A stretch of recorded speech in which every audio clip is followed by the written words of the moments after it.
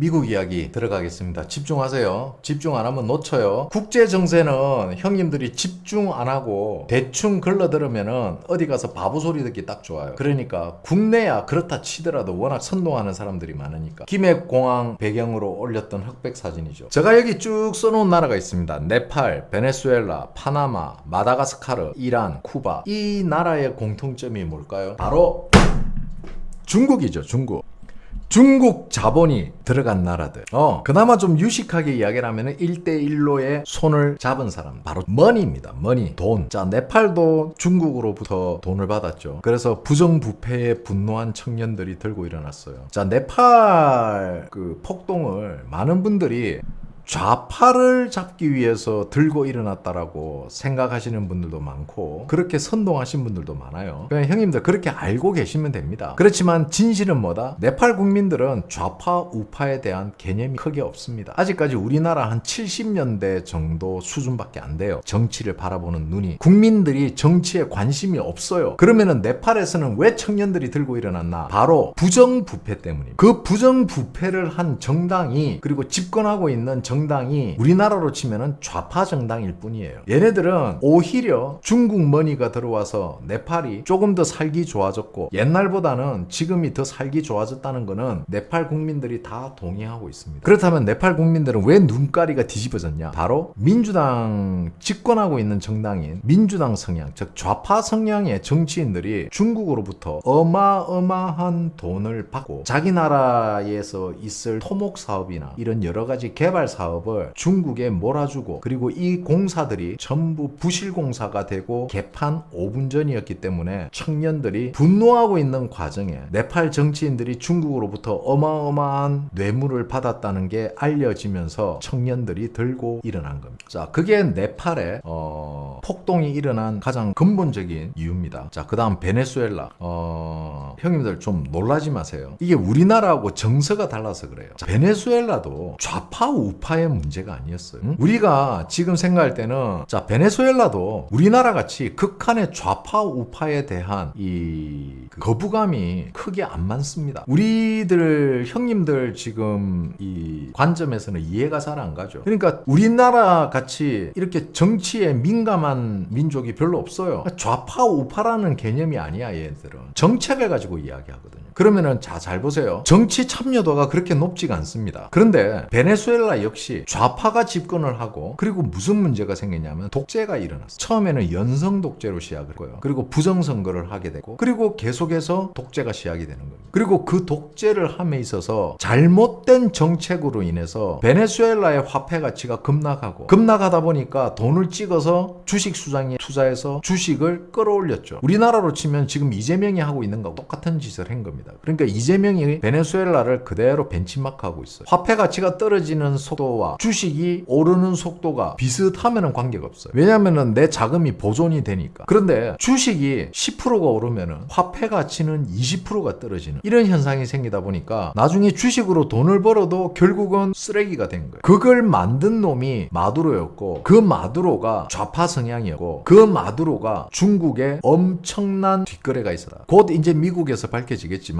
예를 들어서 마두로가 기름을 팔았어요. 중국에. 그런데 이야기했잖아요. 제가 예전부터. 베네수엘라는 전 세계에서 가장 큰 매장량을 가진 석유를 가지고 있어요. 그런데 베네수엘라는 이걸 정제하는 기술이 없습니다. 그러다 보니까 굉장히 질이 안 좋아요. 그 안 좋은 기름을 다른 나라에서 사가질 않는 거야. 그리고 그 정제 기술을 가진 나라의 어떤 그 기업들을 유치를 하고 싶어도 단가가 안 맞아서 안 오는 거야. 기업들이. 왜? 마두로는 그동안 몇십 년을 이 베네수엘라의 원유를 중국에 덤핑으로 팔았어요. 그러니까 질이 안 좋은 석유를 중국이 덤핑으로 사가가서 그거를 자신들의 정제 기술로 정제를 해서 엄청 싼 값에 기름을 만들어냈던 거예요. 근데 마두로가 여기서 실수를 합니다. 기름을 100만 원에 팔았으면 그 100만 원의 기름이 왜냐면은 베네수엘라 기름이잖아. 그럼 베네수엘라 정부로 그 돈이 들어와야 돼. 그리고 어차피 독재니까 지가 쓰고 싶은데 마음껏 쓰면 되잖아. 그지? 그런데 여기서 마두로가 마두로가 욕심을 냅니다. 어떤 욕심을 내냐? 100만 원에 팔아놓고 중국에는 80만 원에 판 걸로 하고 20만 원을 자기 해외 계좌로 송금을 받습니다. 이해가셨습니까? 마두로의 그런 부정부패가 밝혀짐으로 인해서 왜 중국은 그렇게 거래를 했냐라는 게 이슈가 터지면서 마두로의 부정부패가 수면 위로 나오기 시작해요. 그런데 알고 보니까 석유만 판 게 아니고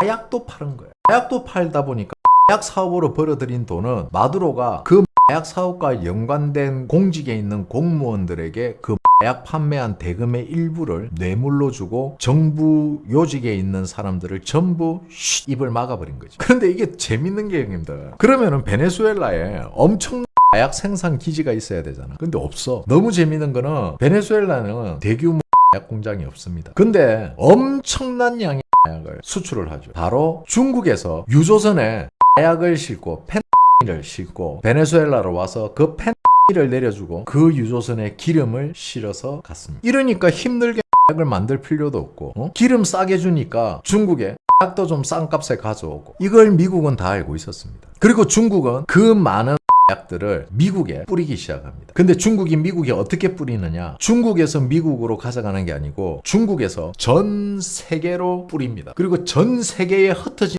마약이 일이 미국에서 만납니다. 어느 나라에서 출발을 하든 목적지는 미국이에요. 그 경유지 중 하나가 바로 베네수엘라입니다. 그리고 베네수엘라에서는 엄청난 양의 마약을 펜을 해외 각지로 보냅니다. 그러면은 그 보낸 마약들이 나중에 어디로 간다? 미국에서 다 만납니다. 그리고 미국에 있는 화폐가 이 마약을 뿌리죠. 그걸 국민들이 알게 됐어요. 그래서 국민들이 이미 좌우의 문제가 아니고 이거는 마두로라는 독재자에 대한 문제라는. 자, 넘어갑시다. 그 다음 파나마. 야, 이것도 형님들 또 골치 아픈데.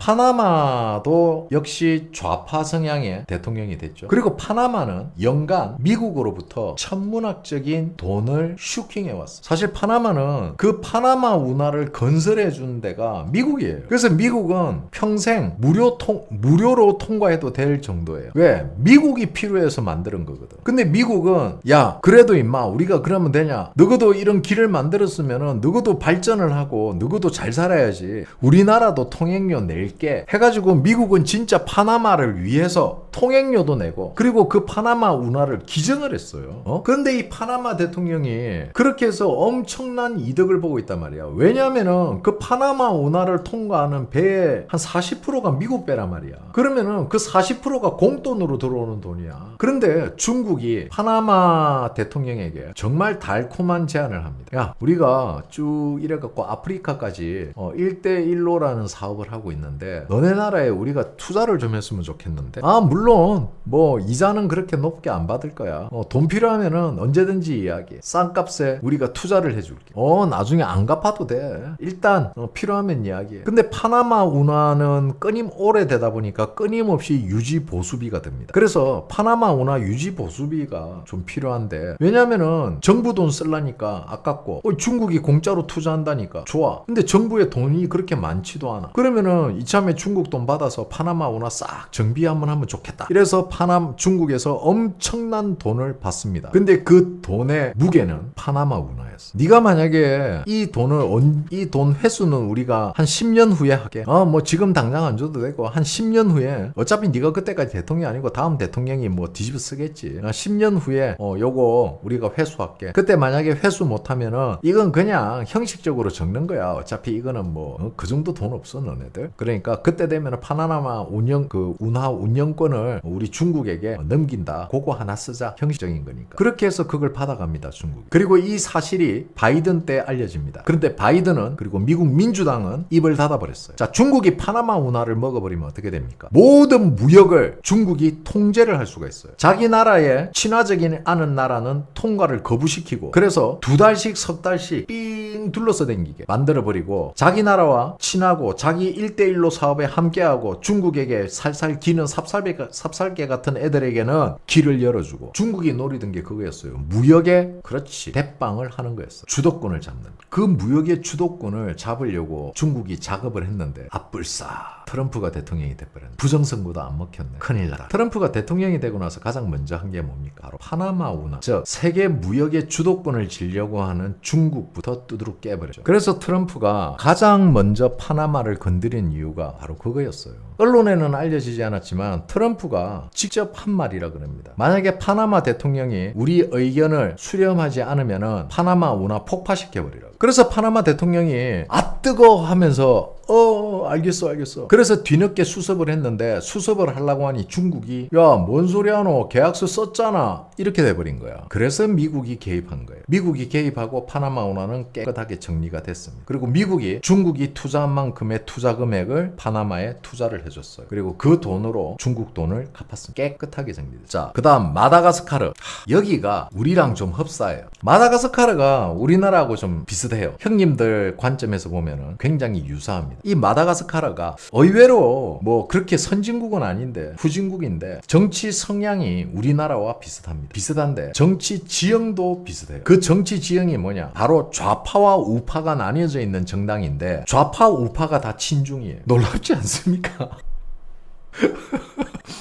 그러니까 우리나라하고 비슷해. 지금 상황이 국민의힘을 뽑아도 친중이고 민주당을 뽑아도 친중이야. 사대주의 완전 최악이지. 그래서 여기서는 교통정리가 어떻게 끝나느냐, 그냥 양쪽을 다 트럼프가 찍어 눌러버립니다. 이럴 때는 누구 하나 편들 수가 없잖아. 그러니까 야, 너가 만약에 친중하면은 마다가스카르가 아니고 아예 그냥 질퍽한 방사능 카레로 만들어버리겠다. 선택해라. 중국의 개로 살 것인지 아니면은 우리와 손을 잡을 것인지. 만약 우리 뒤통수에 칼을 꽂는다면은 너네들은 질퍽한 방사능 카레가 될 거다. 그렇게 정리가 끝납니다. 그러니까 소수의 민주당, 그러니까 민주당의 소수의 소장파들, 그리고 우파의, 그러니까 좌파의 소장파들과 우파의 소장파들이 힘을 낼 수 있게 트럼프가 밀어줍니다.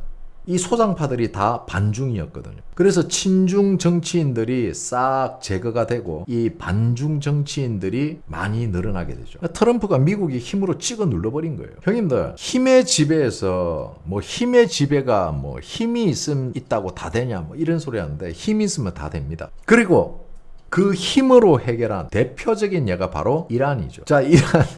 나 솔직히 이란이 좀 불쌍해. 이란이 좀 불쌍한데 그래도 이거는 개인적인 사감이니까. 얘네들은 난 너무 웃긴 게 지금 이란의 대통령 빼고는요, 형님들 제 이야기 잘 들으세요. 이란의 대통령을 빼고는 심지어는 이란의 대통령이라 합시다. 이란의 대통령을 따르던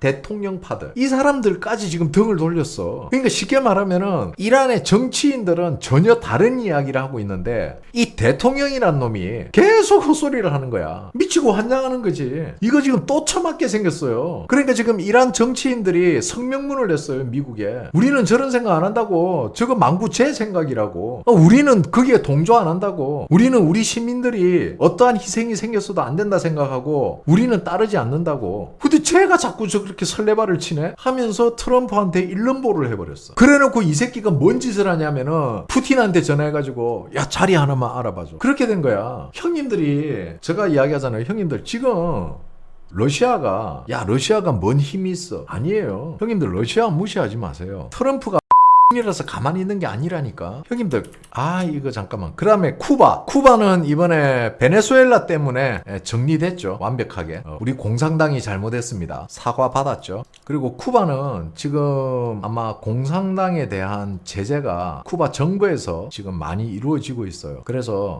이게 쿠바가 참 뭐라 해야 되나? 좀 애매한 정체성이 이상한 공산당이 돼가고. 그러니까 지금 쿠바가 정체성이 이상한 공산당이 돼가고 있다니까. 그러니까 형님들, 우리가 보통 쿠바 이러면은 사회주의 공산주의 국가로 알고 있잖아요. 공산당 외에는 당이 없었어요. 근데 몇 년 전부터 새로운 당이 나왔어. 근데 그 당이 자유시장 경제를 추구하는 당이야. 일종의 민주주의 정당. 자유민주주의 정당이 생겼고, 얘네들이 법안을 낸 게 막 통과가 돼. 그 법안이 뭐냐? 공산당이 선전선동하고 가짜뉴스로 국민들에게 프로파간다 하는 거를 금지하는 법안들이 막 통과되고 그래. 엄청 웃긴 나라예요.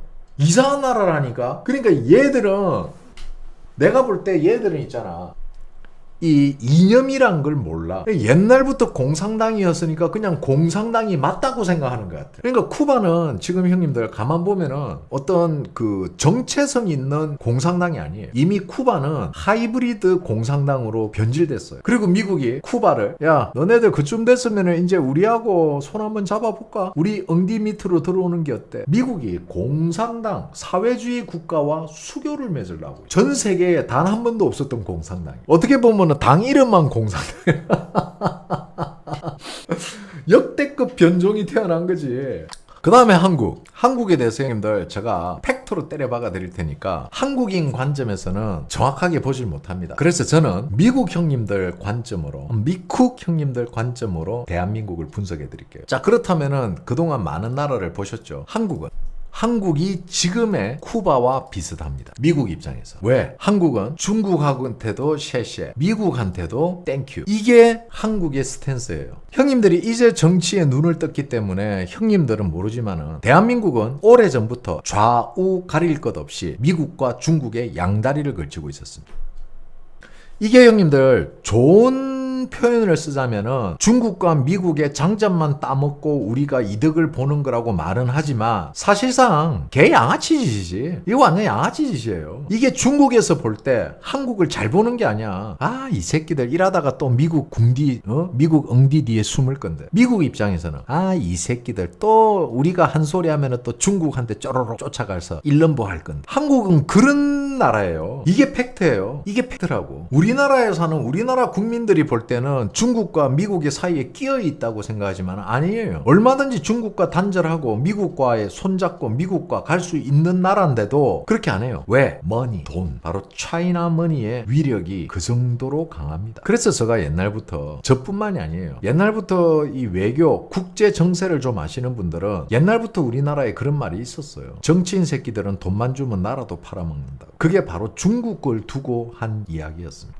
그래서 지금 한국은 그러다 보니까 봐봐요 형님들, 양다리를 걸치다 보니까 정치 지형이 극단적으로 변할 수밖에 없습니다. 한국이 중국과 단교를 하고 중국과 거래를 하지 않는데 국민들끼리 분열할 일이 뭐가 있어요? 없죠. 문제는 중국과 미국의 다리를 걸치고 있다 보니까 중국과 사업을 해야 되거나 중국과 친한 사람들, 그리고 특히 중국인들이 한국으로 건너와서 중국이 편을 드는 거고, 미국은 미국 소식을 접하고 미국에 자주 왕래를 하시는 분들은 미국 편을 드는 거고, 그러다 보니까 이 두 극단적인 양갈래에 있는 사람들끼리 충돌이 시작이 됐고, 그 충돌이 정치권으로까지 번지게 됐고, 정치권에서 정리를 못 해주니 결국은 국민적으로 대분열이 일어난 거예요. 그래서 한국의 외교는 잘하는 게 아니에요. 이런 외교는요 등전풍화입니다. 언제 좆될지 모른다고. 지금 그 위기가 왔잖아. 그래서 양다리 걸치는 게 아니다. 결론은 중국 묻으면은 망한다. 중국과 엮이면은 큰일 난다. 전문 용어로 중국과 엮이면은 좆된다. 그렇죠. 그리고 중국도 급하죠. 왜? 한국을 먹을 수 있는 기회가 눈앞에까지 왔는데 그걸 윤석열 대통령이 깽판 쳐버렸잖아. 그러니까 중국 입장에서도 지금 급하지. 지금 우리나라가 파나마라고 보면 돼요. 이미 중국이 우리나라 행정부까지 잡아먹고 있는 상황에서, 옛날에 파나마가 그랬거든. 파나마도 거의 중국이 뭐 군사, 경찰, 중국이 다 중국의 통제하에 있었다고. 자주가 없었어. 지금 우리나라가 그렇게 돼가고 있어. 이렇게 되면 어떻게 돼? 이렇게 되면은 미군이 나서는 방법밖에 없다. 자, 이제 제가 국제적으로 중국 묻으면 망하는 나라를 이렇게 설명을 해드렸어요.